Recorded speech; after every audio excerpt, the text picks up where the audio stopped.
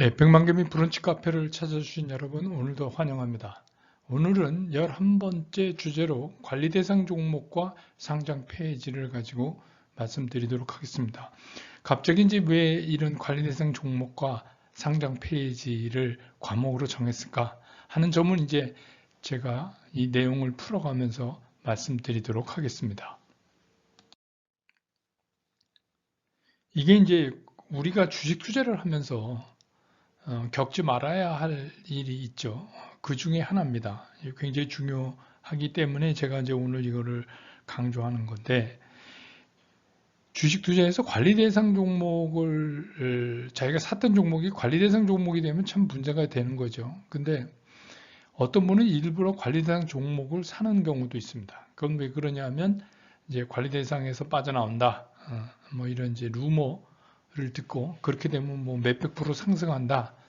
이런 이제 얘기를 듣고 투자를 하는 거죠. 근데 이게 어떻게 보면 지뢰밟기입니다. 그래서 잘못하면 돈도 잃고 또 건강도 잃어요. 그래서 그런 분들을 제가 많이 봤어요. 근데 제가 왜 이 시점에서 이 주제를 얘기하는가? 이제 연말에 가까이 가면서 중소형주가 많이 움직일 가능성이 있어요. 지금은 이제 상대적으로 대형주가 많이 움직이는 시장이지만 곧 옵니다. 그렇게 됐을 때 일반적으로 우량한 중소기업을 사는 게 아니라 단기적으로 큰 돈을 벌겠다는 욕심 때문에 이런 이제 관리 대상 종목이거나 관리 대상으로 갈 수 있는 종목들을 손대시는 분들이 있어서 이 점을 꼭 짚어보고 싶어서 오늘 이거를 주제로 삼았습니다. 우리가 이제 그 상장사가 보통 퇴출이 어떻게 되는가 하면 처음에 이제 관리 대상 종목으로 지정을 받아요. 그러니까 이 얘기는 뭐냐면 너 문제 있다 이거죠. 그 다음에 상장 폐지로 갑니다. 근데 이 관리 대상 종목 지정 요건을 회복시키면 유예 기간 안에 회복시키면 얘는 다시 뭐예요? 이 관리자를 떼어버리는 거죠. 근데 대기업의 경우 이걸 잘 못해요. 그래서 이렇게 상장 폐지로 갑니다. 그 다음에 상장 폐지를 가니까 어떻게 해요? 뭐 이거 좀 살려보겠다고 뭐 소액주주 뭐 연합회 만들고 어쩌고 그래갖고 재심사를 요청합니다. 그리고 여기서 이제 소송도 하고 그래요. 그렇지만 대부분의 경우가 이 영구 폐쇄로 그냥 이어집니다. 그러니까 이게 뭐예요? 옛날에 이제 우스갯소리로 이런 얘기 했어요. 이렇게 되면 그냥 주권 찾아다가 도배나 해야 되겠다. 근데 이제는 이제 종이 주권 안 만드니까 도배도 못 합니다. 그래서 핵심은 뭐냐면 이런 관리 대상 종목으로 지정될 가능성이 있는 종목 근처에도 가지 말자 하는 게 이제 오늘 주제예요. 그러니까 여러분들이 이게 뭐 관리 대상 종목이 어떤 건지를 알아야지 근처에 안 가실 거 아닙니까? 그러니까 오늘은 그 점에 대해서 좀 말씀을 드려보겠습니다. 이게 관리 대상 종목 지정 및 상장 폐지 심사 기준인데 이게 되게 어떤 거냐면 장기적인 영업 손실. 그러니까 오랫동안 기업이 돈을 벌어야죠. 그죠? 근데 기업이 계속 적자만 나는 거예요. 어떻게? 4년 연속 적자. 4년을 계속 적자만 나요. 근데 이게 이제 뭐 여기 예외 조항은 있어요. 2018년 12월에도 이때 이제 코스닥에서 제약 바이였죠. 이거는 이제 좀 뭔가 벤처기업을 좀 살려주자 그런 특례 조항이 있어서 거기에 해당되는 것들은 이제 처음에 손실이 나도 살려두는데 이제 제 얘기는 뭐 그렇게 해서 살아나는 종목을 뭐로 투자를 해야 되겠어요? 기업이라는 게 돈을 벌고 계속 벌 수 있어야죠. 그럴 거죠. 그 다음에 여기다지만 이제 자본 장식이 돼서 자기 자본 50% 이상 되지가 않는 거예요.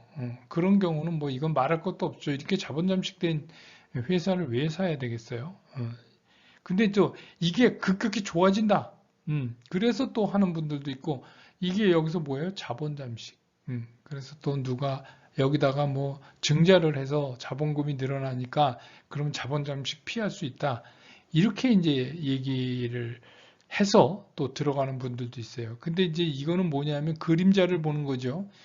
뭐 자본금을 증자해서 늘리는 게 중요한 거 아니라 이 기업이 하고 있는 사업 자체가 가능성이 있느냐를 보는데 더 주안점을 맞춰야 되죠.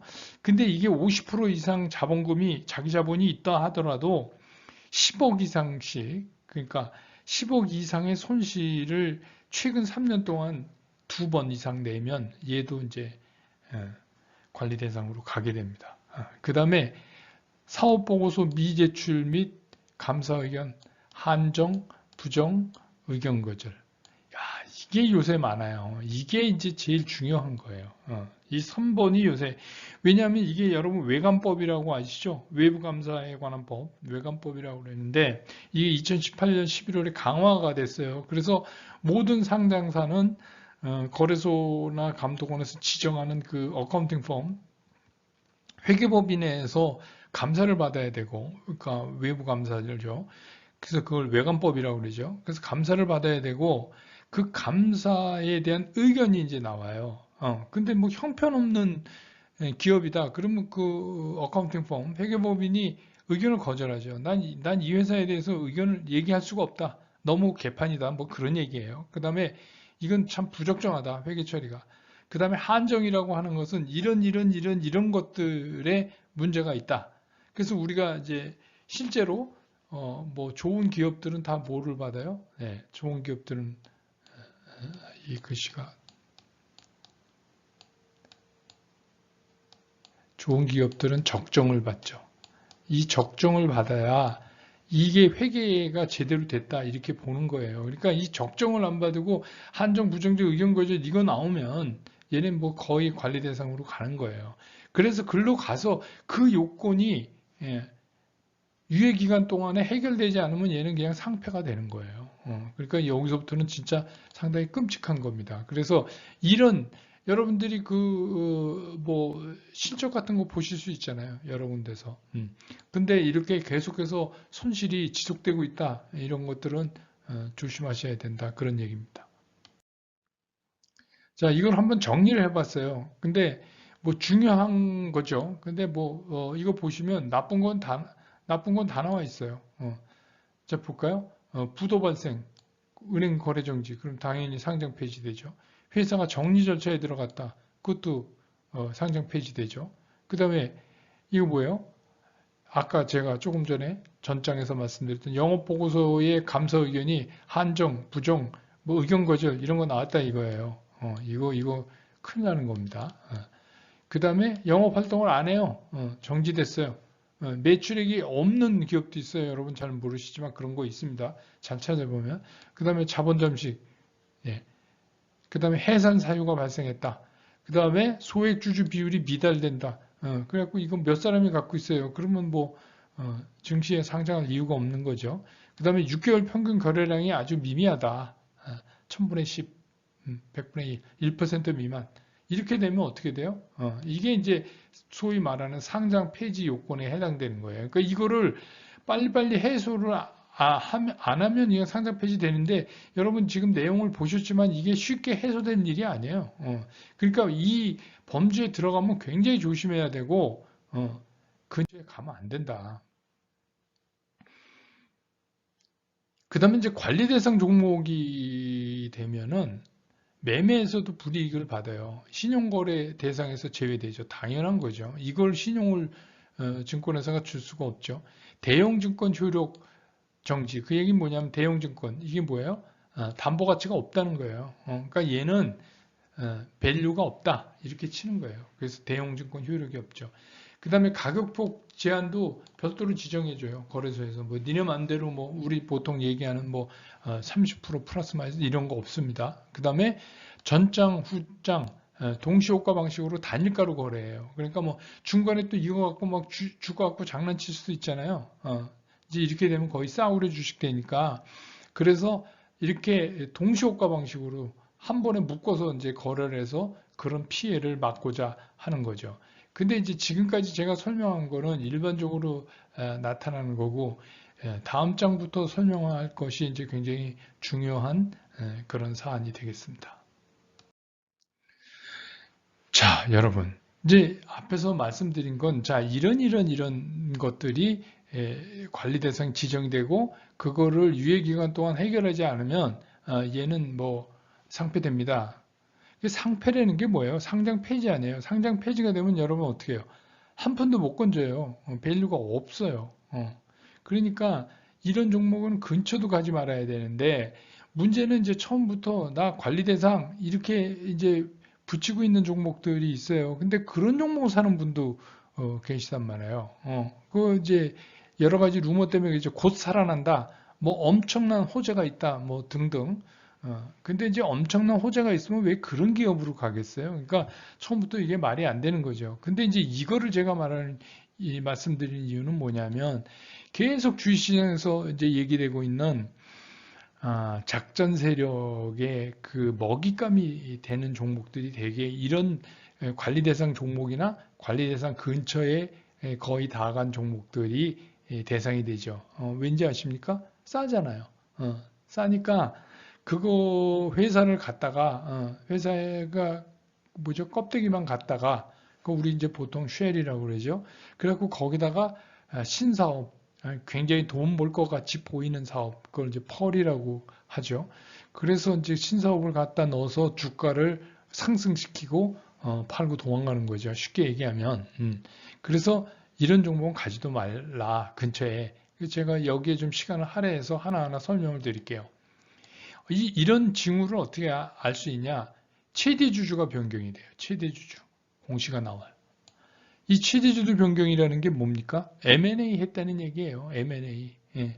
기존의 주주한테 어떤 형태로든지 최대주주 변경을 했다. 그러면 뭐 주식을 사오든가 뭐 기존 주주 거를 그렇게 된 거죠. 그러니까 기존 주주가 뭐 회사 다 죽게 넘어가 된 거니까 싸게 살 수 있잖아요. 결국 이제 상장돼 있는 상장 프리미엄만 주고 사는 거죠. 그 다음에 이게 재밌어요. 기존 사업과 연관성이 없는 신사업을 공시하는 경우가 많아요. 그러니까 예를 들어서 뭐 자동차에 들어가는 케이블을 만들던 회사가 갑자기 무슨 신약 개발을 한다고 뭐 공시를 하고 뭐 어마어마한 무슨 기술력을 가진 그런 거를 뭐 가져왔다 사업을 이런 경우가 많아요. 그리고 대개 이제 그 다음에 나오는 최근에 유행하는 사업을 사업 목적으로 추가 공시하는 경우가 많아요.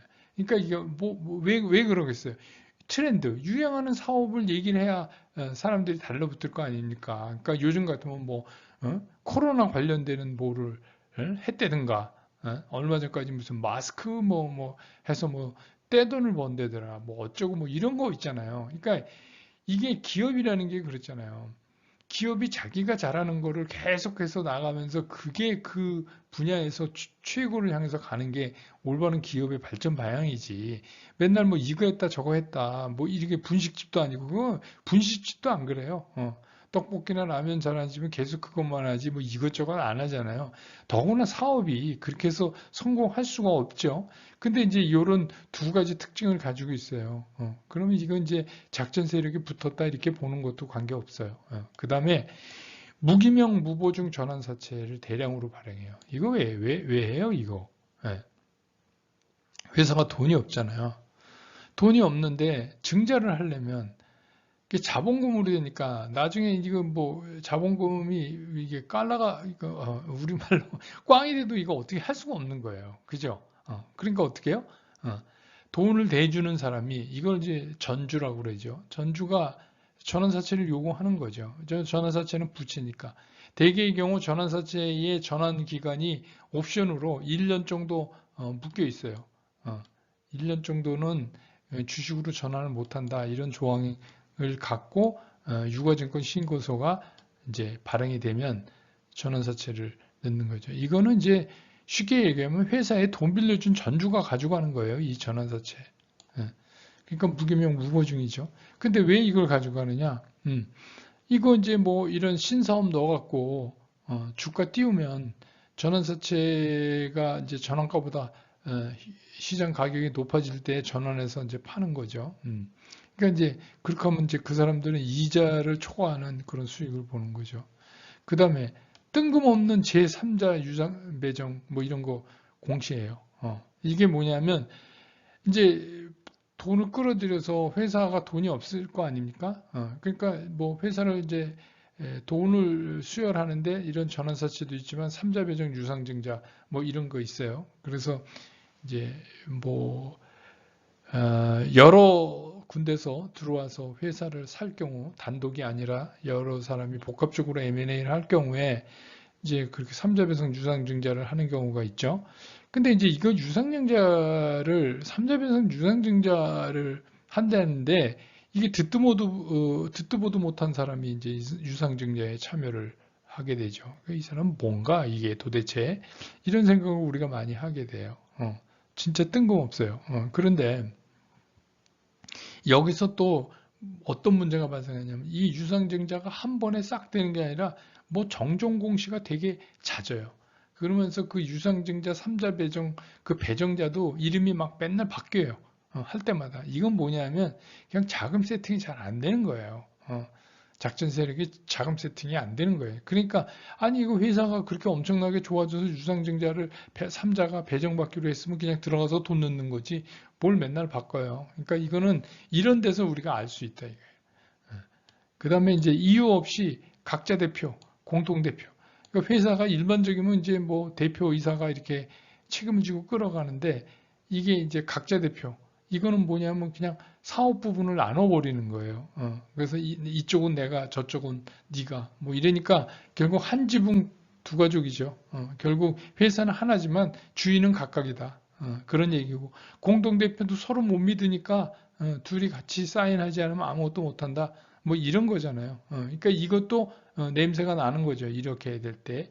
그 다음에 이제 이게 중요한 불필요한 자율공시를 자주 하는. 이거는 꼭 한계기업 관리 대상으로 갈 수 있는 기업만 그런 게 아니라 일반적으로 중소형주들이 이슈 가지고 주가 올릴 때 이런 거 많이 해요. 그러니까 그냥 자율공시, 그러니까 예를 들어서 MOU를 맺었다. 그러면 MOU라는 게 리갈 바인딩이 안 되기 때문에 뭐 법적 그런 것도 없고 굳이 뭐 공시를 꼭 해야 되는 거에 속하지도 않는데도 불구하고 좋은 얘기를 막 우리 어디랑 이렇게 해서 MOU 맺었다. 뭐 MOU는 나중에 뭐 그쪽에서 안 해도 돼요. 법적인 리갈 바인딩이 안 됐다고 제가 말씀드렸잖아요. 법적인 책임이 없단 말이에요. 막 이런 걸 자꾸 이제 공시하고 그 다음에 이제 퍼블리시티, 기사도 막 나요. 뭐 이렇게, 뭐 매체도 변두리 매체, 뭔지도 모르는데 갑자기 뭐 이 기업이 무엇 하는데, 근데 그 이제 기사를 잘 읽어보면, 그 쓴 기자가 자기 마음대로 막 그 상상을 해서 써요.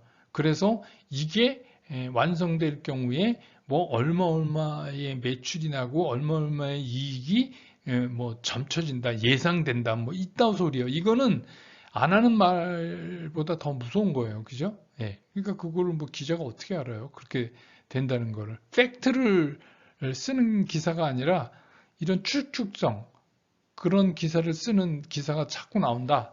그러면 조심해야 돼요. 그래서 이제 상장 기업 중에서도 그런 기업 많잖아요. 심지어는 뭐 그 상당히 회사의 임원이나 대표격인 사람이 나와가지고 자꾸 이런 꿈의 얘기를 해요. 뭘 뭐 어떻게 되면 우리가 뭐 어떻게 될 거고 뭐 이런. 근데 이제 시장에서는 그런 거 잘 안 믿죠. 그 자꾸 그러면 시장에 대한 그 신뢰도가 자꾸 떨어지는 거예요. 그래서 오늘 이거는 여러분들이 찬찬히 생각해 보실 필요가 있어요. 그래서 절대로 이런 데는 여러분 근처에도 가시면 안 됩니다. 이거는 한마디로 주식 투자 아주 망합니다. 그리고 건강까지 잃어요. 그래서 뭐 예를 들어서 관리 대상 종목에 들어가 있다. 그러면 걔가 뭐 살아나온다 이런 거 신경 쓰지 마세요. 그 여러분하고 관계가 없어요. 그렇게 생각하시는 게 좋고 더군다나 관리 대상 종목에 지금 있는 게 다음번에는 살아날 거다. 이런 얘기를 듣고 투자한다는 건요. 진짜 화약을 들고 불 속에 뛰어 들어가는 거나 마찬가지다. 그래서 오늘은 제가 좀 걱정이 돼서 또 알아놓으셔야 될 필요도 있고 그래서 요 즈음에 연말이 되기 전에 한번 이거는 정리를 해 놓으실 필요가 있어서 오늘 이 관리 대상 종목과 상장 폐지에 대해서 말씀을 드렸습니다. 오늘 얘기는 여기까지입니다. 백만개미 브런치 카페를 찾아준 여러분 오늘도 안녕히 돌아가십시오. 고맙습니다.